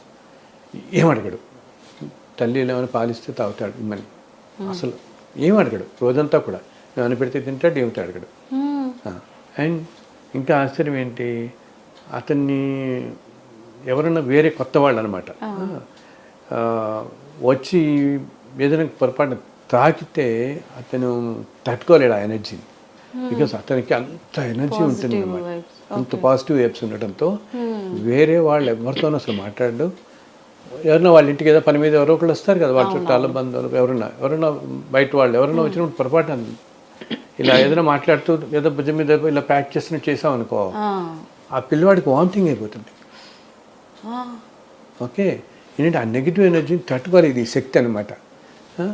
సో ఆయన నాకు ఒకసారి ఇప్పుడు ఏమవుతుంది, 2 విధాలుగా వాళ్ళకి అదొక విధంగా బ్లెస్సింగ్, ఇటువంటి మహానుభావుడు జన్మించిన కుటుంబంలో. మరి వీడిని ఏ పద్ధతిలో తీసుకెళ్లాలన్నది కూడా చాలా పెద్ద బాధ్యతే, సమస్య కదా, చాలా పెద్ద బాధ్యత కదా. సో నాకు ఆయన ఫోన్ చేసి అడిగారు, గురుగారు ఇట్లా ఉంది, నేను ఒకసారి ఆ పిల్లాన్ని తీసుకుని మీ ఇంటికి వద్దాం అనుకుంటున్నాను అంటే, నేను అన్నాను లేదులేండి, నేనే మీ ఊరు వస్తున్నాను ఏదో పని మీద, 5 నెలల్లో వచ్చినప్పుడు వస్తానండి అన్నా నేను. అంటే అలాగే చాలా సంతోషం స్వామి, నేను తప్పకుండా అన్నాడు. సో నేను ఆ తర్వాత వెళ్ళినప్పుడు వాళ్ళ ఇంటికి వెళ్ళాను. వెళ్ళి ఇలా కూర్చున్నాను, ఆ పిల్లవాడు అక్కడ కూర్చున్నాడమ్మా. 2 నిమిషాలు ఇలా మాట్లాడాము. మాట్లాడిన తర్వాత జస్ట్ 2 మినిట్స్ ఆ పిల్లవాడిని ఇలా మాట్లాడగానే వేదం చదివాడు, వచ్చేస్తాను ఇంక వేదం అతనికి. వచ్చి అలా అక్కడ కూర్చున్న వాళ్ళు అలా ఎదురకుండా వచ్చిన వాళ్ళు కూర్చున్నాడు. అందరూ వాళ్ళు ఆశ్చర్యపోయారు, అసలు ఈ పిల్లాడు ఇంకోళ్ళు ముట్టుకోడు, ఒకటి దగ్గరికి వెళ్ళాడు, మీ దగ్గరికి వచ్చి మీ వాళ్ళలో కూర్చున్నాడు అని. ఎందుకు నేను వెంటనే అప్పుడు అన్నా, మన ఇద్దరు ఇంతకుముందు జన్మల్లో కలుసుకున్నాను గుర్తున్నాను కానీ ఇదే అడిగా నేను. అంటే అవునన్నాడు. నువ్వు కృష్ణుడు ఉన్నప్పుడు, ఒక ద్వాపరయుగంలో కృష్ణుడు ఉన్నప్పుడు ఒక మహర్షివి కదా, ఇప్పుడు మళ్ళీ జన్మ తీసుకున్నావు నువ్వు, అండ్ అప్పుడు నేను కూడా కలిసాను నిన్ను, గుర్తుంది కదా అని అన్నాను. గుర్తుంది అన్నాడు. ఉన్నంతసేపు నేను వాళ్ళ ఇంట్లో 1 గంట సేపు అసలు నా ఒళ్ళలోంచి లేవలేదు. ఆ తర్వాత వాళ్ళు ఇప్పుడు మా ఇంట్లోనే కొంచెం భోజనం చేయండి అన్నారు, అంటారుగా మన వాళ్ళు. సో సాయంత్రం వెళ్ళాము మేము. అనేటప్పటికి ముందేమో ఫస్ట్ టైం కదా మనం వెళ్ళటం, మనకి మాట ఉంటుంది కదా. వద్దండి నేను వెళ్తానండి అంటే, లేదు స్వామి మీరు మొట్టమొదటిసారి వచ్చారు, మీరు కాస్త అన్నట్టు సరే అని చెప్పి మేము కూర్చున్నాం. ఏదో దోశలు ఏదో టిఫిన్ వేసి పెట్టారు. సో నేను రుక్మిణి కూర్చోగానే మనం వాళ్ళు కూడా కూర్చోమన్నాం, మీరు కూడా కూర్చోండి. వాళ్ళ అమ్మ నాన్నగారు కూడా ఉన్నారు, పెద్దవారు 80 ఏళ్ళు వాళ్ళకి. వాళ్ళను కూర్చొని తినండి అంటే పాపం ఆయన ఎంత మొమ్మాట పడి, లేదు స్వామి ముందర మీరు నైవేద్యం స్వామికి ఇచ్చినట్టే మీకు పెట్టిన తర్వాత మేము తింటాము, ముందర మీరు చేయండి అని మా ఇద్దరిని కూర్చోమని. సో నేను వెళ్ళి ఆ డైనింగ్ టేబుల్కి నేను ఇట్లా కూర్చున్నాను తల్లి. నేను కూర్చున్న ఒక్క నిమిషంలో వీడు పరిగెత్తుకుంటూ వచ్చి నా పక్కన కూర్చున్నాను. వీడు నేను కూడా తింటాను ఇంత పాటే. ఓకే. సో వాళ్ళు ఆశ్చర్యపోయారు. సో ఎందుకు ఇంత చెప్తానంటే పూర్వజన్మలు అనేవి లేకపోతే ఈ పిల్లవాడికి ఎక్కడి బంధం ఎలా వస్తుంది, అండ్ ఇంత ప్రవాహం ఎలా వస్తుంది? ఇంత ప్రవాహం 5వ ఏట ఒక్కసారిగా అంత చదువుతున్నాడంటే ఇతను ముందు ఇలాగా నేను ఇటువంటి పిల్లల్ని అక్కడక్కడ 5-6 చూశాను నేను ఇప్పుడు. ఇతనే కాదు, నేను ఏంటంటే తల్లి వీళ్ళు ఒక అంటే నేను కొంతమంది పీఠాధిపతులు వీళ్ళందరూ చెప్తుంది కూడా ఇప్పుడే ఈ పిల్లవాడిని ఈ ప్రపంచంలో తీసుకురావద్దు బయటికి. బికాజ్ ఈ నెగిటివ్ ఎనర్జీని తట్టుకోవడం చాలా కష్టం వీళ్ళు. అండ్ ఈ రెండింటిని సింక్రనైజ్ చేసుకుంటూ వెళ్ళటం కూడా వీళ్ళకి కష్టం ఒక ఏజ్ వచ్చేంత వరకు వాళ్ళని. అందుని చెప్పి అక్కడక్కడక్కడక్కడ ఇట్లా ఉన్నారు ఈ పిల్లలు.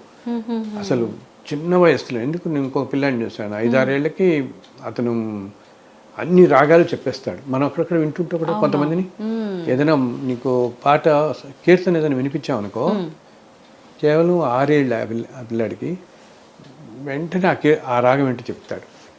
అసలు అతనికి సంగీతం వీళ్ళు నేర్పించలేదు, టచ్ చేయలేదు. అండ్ పూర్తిగా వర్డ్స్ కూడా ఇంకా తెలియవు, ఈ పేర్లు అని బట్ స్పష్టంగా పలకడం కూడా తెలియదు.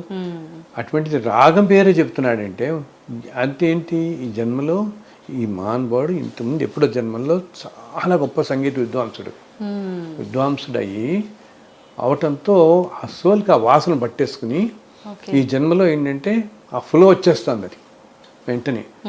అందుకని ఆత్మను పట్టుకున్న వాసనలు వదలవు. అందుకని మనకు కూడా చూడు, ఇప్పుడు ఒక్కొక్కళ్ళకి ఒక్కొక్క దేవత మీద పోతుంది కదా ఇష్టం. ఇప్పుడు నీకు ఒకటి కృష్ణుడు అంటే పంచప్రాణాలు, ఇంకా అసలు ఒకటి శివుడు అంటే పంచప్రాణాలు, ఇలా ఉంటాయి. ఓకే, అన్ని దేవతలు ఒకళ్ళే అయినా ఒక్కొక్కరికి ఒక దాని మీద ఎందుకు పోతుంది మనకి అంటే ఇంత ముందు జన్మల్లో ఆ దేవతతో మనకేదో అనుబంధం ఉంటుంది. ఓకే, నేను నా దగ్గరికి వచ్చిన వాళ్ళని చూసాను, కృష్ణుడు అంటే ఇంక అసలు కృష్ణుడు పెట్టి చెప్తే కలమీళ్ళు వచ్చేసేవాడికి, అంత ఇది ఉన్నవాళ్ళు. అలా ఉన్న వాళ్ళలో నేను కొంతమంది ఏంటి అంత ఉన్న వాళ్ళని నేను చేస్తున్నాను. ఇప్పుడు ద్వాపరయుగంలో శ్రీకృష్ణుడు ఉన్నది 125 సంవత్సరాల పాటు. 125 సంవత్సరాల పాటు ఉన్నప్పుడు ఆయన్ని ఎన్నో లక్షల మంది చూశారు కదా అక్కడ. సో వీళ్ళల్లో వీళ్ళు కూడా ఒకళ్ళు అనమాట. వాళ్ళు తర్వాత రకరకాల జన్మలు ఎత్తుతూ ఇప్పుడు మనం అంత మామూలు సామాన్యంలాగా ఉన్నాం. కానీ ఆ కృష్ణుడి తత్వానికి అంత ఆకర్షింపబడి కృష్ణుడు అంటేనే అసలు ఎంతో ఆకర్షణ కదా, ఒక అల్టిమేట్ లవ్ అంటామే, ఆ ప్రేమ ఆకర్షణకి ఆకర్షితం అయిపోయి వీళ్ళకి ఏమవుతుంది, మధ్యలో కృష్ణుడిని జస్ట్ 5,000 సంవత్సరాల క్రితం ఉన్నది ఇక్కడ భూమి మీద మనకి, మన ద్వాపర యుగంలో. సో 5,000 సంవత్సరాల్లో ఈవెన్ ఒక్కొక్కళ్ళు 70-80 ఏళ్ళు బతికారనుకున్నా ఒక 120-130 లైఫ్స్ ఏవో వెళ్ళి ఉండొచ్చు వీళ్ళందరికీ కూడా. 70-80 బర్త్స్ అయి ఉంటాయి. 70-80 జన్మలు అంటే అతి తక్కువ కదా ఇన్ని కోట్ల జన్మల్లో. కాబట్టి ఏంటి, వీళ్ళకి ఆ కృష్ణుడు అనే ఆకర్షణ ఉండిపోయి ఈ జన్మలో వాళ్ళు ఏదో ఉద్యోగం చేస్తున్నా, ఏ ప్రొఫెషన్లో ఉన్నా కృష్ణుడు చూడగానే ఇంకా వాళ్ళు ప్రాణం లేచి వచ్చేస్తుంది కృష్ణ అంత. అలాగే కొంతమంది శివుడు ఇలా చూస్తున్న వాళ్ళని నేను చూస్తాను. వాళ్ళేంటి ఇంతకుముందు జన్మల్లో ఏ కాశీలో పుట్టిన వాళ్ళు, లేకపోతే ఆ కాశీలో అర్చకుల కుటుంబంలో పుట్టిన వాళ్ళు, ఎప్పుడు కూడా ఆ పరమేశ్వరుడి దగ్గరగానే ఉంటారు వీళ్ళు. సో ఆ సోల్కి అది అలా ఉండిపోయి ఈ జన్మలో వాళ్ళు తెలియకుండానే శివుడి మీద వాళ్ళు దృష్టి పోతూ ఉంటుంది. ఆర్ ఇంకా కొంతమందిని నేను చూస్తుంటాను, వాళ్ళేంటి ఎప్పుడో 1000 ఏళ్ల క్రితం ఎంతో ఏమంటాం గొప్ప గొప్ప స్తోత్రాలు అవి రాసిన వాళ్ళు, ఓ ఫలానా దేవత మీద ఎంతో ఉపాసన మార్గంలో ఉండి, సో అంత గొప్ప స్తోత్రాలు అవి రాయటంతో ఇప్పుడు మళ్ళీ మామూలు జన్మలు తీసుకున్నా అది ఉండి ఆ వాసన నుండి ఇంకా విపరీతమైన ప్రేమ భక్తి వచ్చేస్తుంది ఆ దేవత అంటే. ఇంకా హనుమంతుడనో సుబ్రహ్మణ్య స్వామినో విపరీతమైన భక్తి వస్తుంది. సో ఇటువంటి మనం అందరం వింటుంటాం కదా. ఇప్పుడు మనం చెప్తాం ఎంత, ఇప్పుడు ఎవరో తిరుపతి వెళ్ళమని చెప్తే నాకు శ్రీశైలమే ఇష్టం అని శ్రీశైలం వెళ్ళిపోయేవాళ్ళు ఉంటారు. ఎప్పుడు శ్రీశైలం ప్రతి నెల వెళ్ళిపోయే వాళ్ళు ఉంటారు. ఎందుకు అవుతారు శివుడికి ఇంత అట్రాక్ట్ అవుతున్నారంటే వాళ్ళకి అది 10 జన్మలో ఏదో అవుతుందన్నమాట. సో సో ఈ జన్మజన్మల బంధాలు ఇలా ఉంటాయి, పూర్వజన్మలోనే ఉండటం, ఈ బంధాలు ఇలా ఉండటం. అంతేకాకుండా మనం చేసే ఉద్యోగాల వాటిలో కూడా కొంతమంది మనకి ఎంతో దగ్గర అవుతారు కదా, చాలా స్నేహితులేని. అసలు సాధారణంగా అనుకుంటాం మనం చిన్నప్పటి నుంచి స్నేహం ఉన్న వాళ్ళే చాలా క్లోజ్ అవుతారు అనుకుంటా ఎక్కడికి. కానీ ఒక్కొక్కసారి నువ్వు ఏదో ఉద్యోగంలో చేరిన తర్వాత 24-25 ఏళ్ళకి పరిచయమైన పరిచయాలు కూడా అసలు మన అన్నదమ్ముల కంటే కూడా మనకి దగ్గర అయిపోతారు వీళ్ళు. అంతో క్లోజ్ అయిపోతాం. అన్ని విధాలు మన కష్ట నష్టాలు అర్థం చేసుకోవటం, మనకి ఒక ఆలంబనగా ఉండటం కానీ, పూర్తిగా మనకి ఆ సాంత్వన ఇచ్చేవాళ్ళు కానీ, ఏంటంటే ఏదో జన్మలో మనకి వీళ్ళతో ఏదో అనుబంధం ఉంటుంది. అనుబంధం ఉండటంతో తెలియకుండానే మన కష్టకాలను వాళ్ళతో పంచుకోవడం, వాళ్ళ మన దగ్గర అవటం ఎంత జరుగుతుంది. సో తప్పకుండా ఉన్నాయి జన్మజన్మల పూర్వజన్మలు జన్మజన్మల బంధాలు ఉంటాయి అన్నమాట. ఓకే. అయితే సార్, మనం చేసిన మంచి అనేది ఖచ్చితంగా మనతోటే వస్తుంది. పెద్దవాళ్ళు చెప్తూ ఉంటారు, అరే వద్దురా ఎవరిని ఇబ్బంది పెట్టొద్దు, మనం మంచి చేస్తే మంచి తిరిగి వస్తుంది మనకు అంటుంటారు. ఇదంతా నిజంగా అవుతుందంటారా సార్? అవుతుందమ్మా. మనం ఇప్పుడంతా అందరికి నలుగురికి సహాయం చేయండి. ప్రతివాళ్ళు మన చిన్నప్పటి నుంచి మనకి అదే కదా చెప్పేది అనమాట. అంతే. ఎప్పుడు అమ్మా మంచి పనులు చేస్తే డెఫినెట్గా మంచి మనకు వస్తుంది అంత తిరిగి. అది ఎన్నో రూపాయల్లో రావచ్చు అనమాట. ఈరోజు ఏంటి మనం ఇంకొకటి ఈ రావటం కూడా ఏంటి, నువ్వు ఈ జన్మలోనే వస్తుందని కూడా అనుకోక్కర్లే. ఇప్పుడు నువ్వు చూడు, కొంతమంది అతి బీద కుటుంబాల్లో పుట్టినా కూడా ఎవరో ఒకళ్ళు వాళ్ళకి టైంకి సహాయం చేసి వాళ్ళని చదివిస్తున్న వాళ్ళు కనపడతాం కదా. అవునా? వాడు మంచి చదువుకోవాలనుకుంటారు, ఏదో టైంకి వాళ్ళకి కుదురుతుంది. అండ్ అందరికీ రావట్లేదు కదా ఇది. అవునా? ఎన్నో లక్షల పాపం పేద కుటుంబాలు ఉంటే కొన్ని కుటుంబాలకే, కొంతమంది పిల్లలకి ఈ అదృష్టం వస్తుంది. ఓకే, ఎవరో ఏదో ట్రస్ట్ పెడతారు, 50 పిల్లల నుంచి చదివిద్దాం అనుకుంటారు, వాళ్ళు ఏదో పిక్ చేస్తారు, దగ్గరలో ఉన్న స్కూల్లో ఇంకోటి చూసుకుంటారు, 50 మంది పిక్ చేసి వాళ్ళని డిగ్రీలో చదివిస్తారు, చక్కగా చదువుతారు. ఓకే, ఆ పేద కుటుంబంలో పుట్టిన మరి ఇది అందరికీ లభించట్లే కదా. ఆ పక్క స్కూల్లోనో పక్క బిల్డింగ్లోనో వాడికి రాదు, ఇప్పటికి వీడికి వచ్చినట్టు రాదు. ఎందుకు? వీడు ఈ పిల్లవాడు ఇంతకుముందు జన్మల్లో నలుగురికి ఎంతో సహాయపడ్డాడు. అర్థమైందా?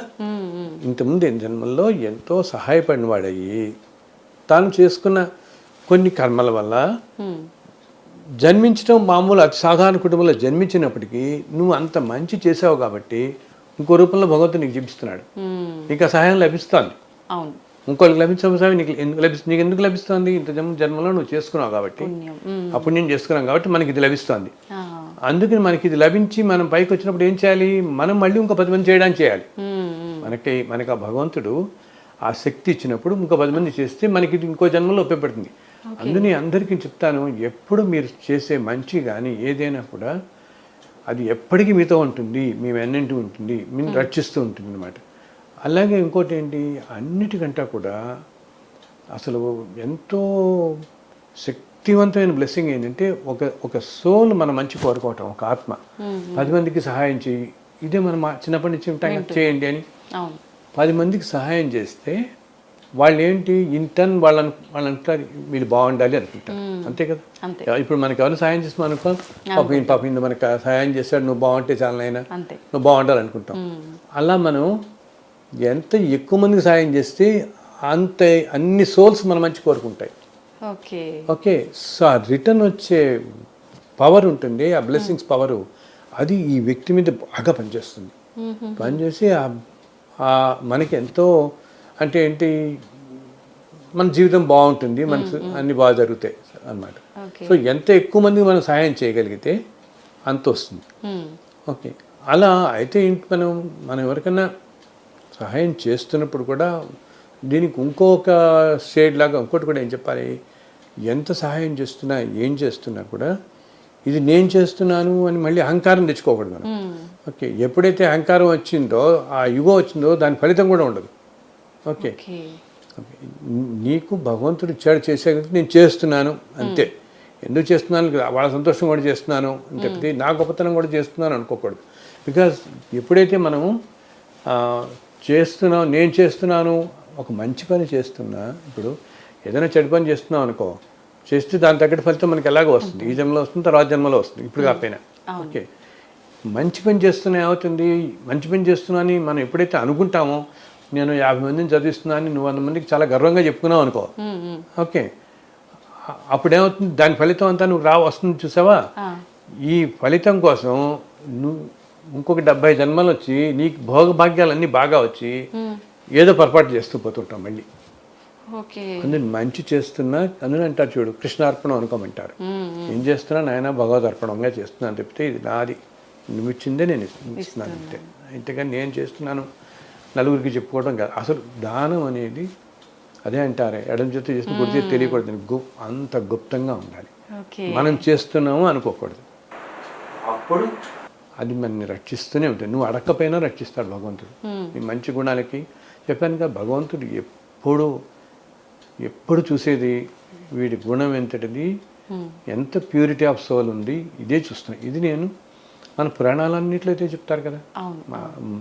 ఇదేంటి, ఇప్పుడు ఒక కులంతో కానీ ధనంతో కానీ పొజిషన్స్తో కానీ దేనితోనూ సంబంధం లేదు కదమ్మా. అతి సామాన్యంగా జన్మించిన వాళ్ళు మనం అంటాం. యాక్చువల్గా ఆళ్వార్లని విష్ణు భక్తులు 12 మంది ఆళ్వార్లు, మహానుభావులు. వాళ్ళు రకరకాల నేపథ్యాల కుటుంబాల్లో జన్మించారు. కానీ వాళ్ళు రాసిన 4 ప్రబంధం అంటే ఈరోజు ఎంతో గొప్ప, ప్రతి ఆలయాల్లో చదవబడుతుంటాయి. అతి సామాన్యం. సో మనం జన్మించిన దీంతోగానే అంటే ఏ నేపథ్యంలో, ఎవరింట్లో, ఎక్కడ, ఎటువంటి పరిస్థితులు పుడుతున్నాం ఏమి కాదు. మన మనస్సు ఎంత ప్యూర్గా ఉన్నది మన దాన్ని బట్టి. అందుని చూడు, కొంతమంది అంటారు మంచి మాట మాట్లాడు అంటారు. కొంతమందికి ఏంటంటే ఆ మనసు నిర్మలంగా ఉండేవాళ్ళు, ఇప్పుడు ఏదైనా కష్టంలో ఉన్నప్పుడు మనం గురువుల దగ్గరికి వెళ్తే 4 మంచి మాటలు చెప్పండి అయ్యా అని అడుగుతాం కదా. మనం తీసుకెళ్తుంటామే, ఒకసారి మీ బ్లెస్సింగ్ కోసం తీసుకొచ్చామండి అంటుంటారు చూసావా. ఎందుకు, ఒక ప్యూర్గా ఉండే సోలు ఆ మనిషిని దీవిస్తే అది తప్పకుండా అయి తీరుతుంది. ఆ ప్యూరిటీకి అంత పవర్ ఉంటుంది. అర్థమైందా? మనిషి కానీ ఆ ప్యూరిటీకి అంత పవర్ ఉంటుంది. ఈ పవర్ నీకు ఎన్నో పూజలు ఎన్నో యజ్ఞాలు చేసినా రాకపోవచ్చు. ఎందుకు, ఇవన్నీ చేసినందువల్ల వస్తుంది. కానీ చేస్తున్నందువల్ల చేస్తూ కూడా ఇవన్నీ నేను చేస్తున్నానని కొంచెం గర్వం తెచ్చుకున్నాను అనుకో, అది జరగదు. అప్పుడు నీ మాట అవదు. అలా కాకుండా ప్యూరెస్ట్ సోల్ ఉన్నవాడు అనుకో, అతి సామాన్యంగా బతుకుతూ కూడా ఎప్పుడు నలుగురు మంచిగా కోరుకున్నవాడు నిన్ను లేదు బాబు నువ్వు బాగుంటావు అని ఒక్క మాట అంటే చాలు. ఆ మాట ఏంటంటే మాటకి ఒక మంత్ర శక్తి ఉంటుంది అనమాట. ఏంటి, మంచి వాళ్ళు పలికేది, ప్యూర్ సోల్స్ పలికేది, వాళ్ళు పలికేదానికి మంత్రశక్తి ఉంటుంది. అది చాలా బాగా పనిచేస్తుంది. అందుకని మనం ఇందాక చెప్పిన మీరు అడిగిన దానికి ఇదే, 10 మందికి సహాయం చేయటం అంటే అన్ని బ్లెస్సింగ్స్ మనం కోరుకుంటాయి. దాంట్లో ప్యూర్గా ఉండేవాళ్ళు ఎవడో ఉంటాడు కదా, మహానుభావుడు. సో వాడి వల్ల మన జీవితం బాగా గడుస్తుంది. అందుకని ఎప్పుడు అది మనం ఏంటి, ఏ మనిషి అయినా ఇన్స్టెంట్గానే చూస్తాం అన్ని ఈ క్షణంలో ఏంటి, మన ఎమోషన్స్, మన కోపం, మన ఇది ఇట్లాగే అనుకుంటాం.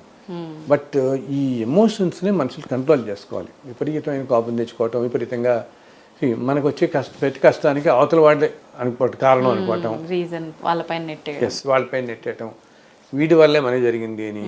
ఓకే, అసలు ఒక చోట ఉద్యోగం రావటం కానీ ఒక చోట ఉద్యోగం పోవటం కానీ మన జాతకంలో రాసింటే అవుతుంది, మనం పూర్వజన్మల వల్లే. కానీ ఓకే, అక్కడ ఉండే ఆ మేనేజింగ్ డైరెక్టర్, ఆ చైర్మన్ ఉండే కారణభూతులు అవుతాడే కానీ ఇది నీకు ఏ కంపెనీలో ఉన్నా నీకు జరుగుతుంది. ఆ ఏజ్లో మనం చేసుకున్న పూర్వజన్మ కర్మను బట్టి మనకి ఈ విధంగా జరగాలంటే నువ్వు ఎక్కడున్నా కూడా జరిగి తీరుతుంది నీకు. అలా కాకుండా మనం ఏం చేస్తాం, ఇదిగో మా బాస్ ఇట్లా చేశాడు, నన్ను చాలా దుర్మార్గుడు వీడు, నా వీడు రాచేస్తాడు, నా ఉద్యోగం తీసేసాడు అంటాం. బట్ వీడే అవ్వక్కర్లేదు, అది ఆ టైంకి మనం చేసుకుని ప్రారంభ కర్మ వల్ల మనకి పోతుంది అది. అంతేగాని అతను ఆ టైంకి అక్కడ కారణం అవుతాడు. అందుకని ఆ కారణం కోపం తెచ్చుకోకుండా మరి మనం ఏదో చేసుకున్న దానికి ఇట్లా రాసి పెట్టింది, భగవంతుని నమ్ముకుని ఇంకో చోట అప్లై చేసుకున్నాం, ఇంకో చోట వెళ్ళిపోదాం అని మళ్ళీ ముందుకు వెళ్ళిపోతూ ఉండాలి. అప్పుడు వస్తుంది.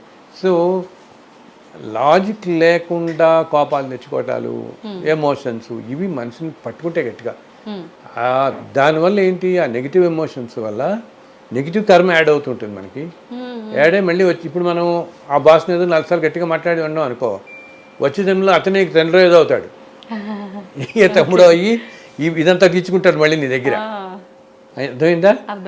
సో అక్కడితో కూడా నమస్కారం పెట్టి, సరే నేను ఇది నాకు జరిగింది, నేను జన్మలతో ఇంతకుముందు జన్మల్లో ఏం చేసుకున్నానో దానివల్ల ఇప్పుడు జరిగింది నాకు ఇది, అంతే తప్పితే ఈయన కాదు కారణం అనుకోకుండా మనం ముందుకు వెళ్ళిపోవాలి. ఓకే. అది చెప్పినంత తేలిక కాదు ఇది ఇవన్నీ. కానీ ఏంటంటే అందులో కొంచెం కొంచెం కొంచెం కొంచెం ప్రయత్నిస్తూ ఉంటే మనం 20 ఏళ్ళప్పుడు ప్రయత్నిస్తే 40 ఏళ్ళ కన్నా రావచ్చు మనకి కదా. ఓపిక ఎగ్జాక్ట్లీ. ఓపిక అన్నవి అందరికి సంయమనం అంటుంటాను నేను. టాలరెన్స్, సంయమనం, ఓపిక అది చాలా కాపాడుతాయి మనిషిని. మనకి ఎప్పుడు ఓపిక కానీ టాలరెన్స్ కానీ ఉంటే ఏదన్నా అలా నిర్లిప్తగా చూస్తూ ఊరుకుంటాం, ఓకే సరిగా జరిగింది. ఈ రియాక్షన్స్ వల్లే నీకు పర్సనల్ లెవెల్లో ప్రాబ్లమ్స్ ఏమైనా వస్తాయి, మన ఆరోగ్యం కూడా దెబ్బతింటుంది కదా. ఎప్పుడు అందరం చెప్తాను, డాక్టర్ చెప్తాను ఎప్పుడు కోపం అది పెట్టుకున్న వాళ్ళకి బీపీ వస్తుంది వద్దు అని చెప్పి. ప్లెజెంట్ స్టేట్ ఆఫ్ మైండ్లో ఉండగలగాలి.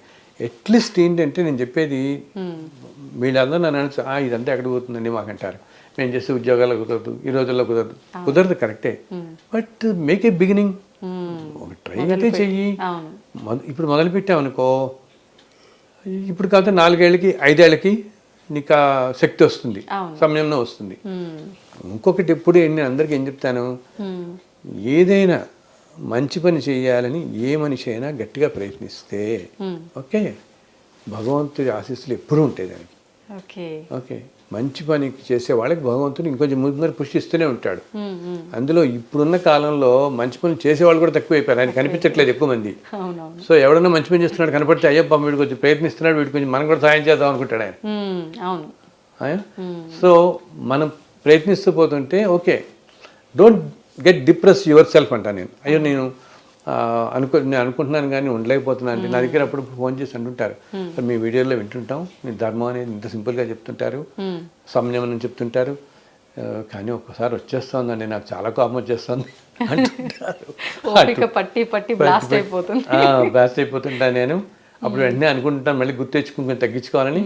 సో ఇప్పుడే రావట్లేదు అని కంగారు పడకండి, ఇప్పుడు కాబట్టి 4 ఏళ్ళకు 5 ఏళ్ళకు వస్తుంది, బట్ ప్రయత్నం మానద్దు. అండ్ ఇంకోటి, ఆ 5 ఏళ్ళకు వచ్చినప్పుడు తల్లి you will see how happy you feel really. అలా ఉండటం వల్ల మనం ఎంత హ్యాపీగా ఉండగలుగుతాము, దాంట్లో నిజంగా ఎంత హ్యాపీనెస్ ఉన్నది ఆ రోజు గ్రహిస్తాం. ఇప్పుడు గ్రహించలేకపోతే, ఇప్పుడు కష్టం, ఇప్పుడు మనకి ఓకే ఈ స్టేజ్ ఇప్పుడు కష్టం. 4-5 ఏళ్ళు అయిన తర్వాత అప్పుడు అర్థమవుతుంది మనకి, గ్రహిస్తాం. అండ్ ప్రయత్నించగా కొంచెం వస్తుంది. అండ్ 4-5 ఏళ్ళు కాబట్టి 10 ఏళ్ళకి వస్తుంది. అండ్ ఇంపార్టెంట్గా నీకు బికాజ్ మనుషులకి అందరికీ ఏమవుతుంది, 30 ఏళ్ళు 40 ఏళ్ళు వస్తున్న కొద్దీ ఇంకా ఇంకా ఇంకా రకరకాల బాధలు ఎక్కువ అవుతుంటాయి, చుట్టూతో ఉండేవన్నీ ఎక్కువ అవుతుంటాయి, మన ఓపిక నశిస్తూ ఉంటుంది కొంచెం, అన్నీ అవుతాయి కదా. అప్పుడు ఇంకా అవసరం నీకు సమయం, అంతే కదా అప్పటికి. సో అది బాగా వస్తుంది అప్పటికి మనకి ఇంకా. సో అసలంటూ ప్రయత్నం చేయండి, అది తేలిక అయిపోతాం అప్పట్లో. అప్పుడు చక్కగా అన్ని ఏదైనా తట్టుకునే శక్తి ఆ టైంలో మనకు వస్తుంది.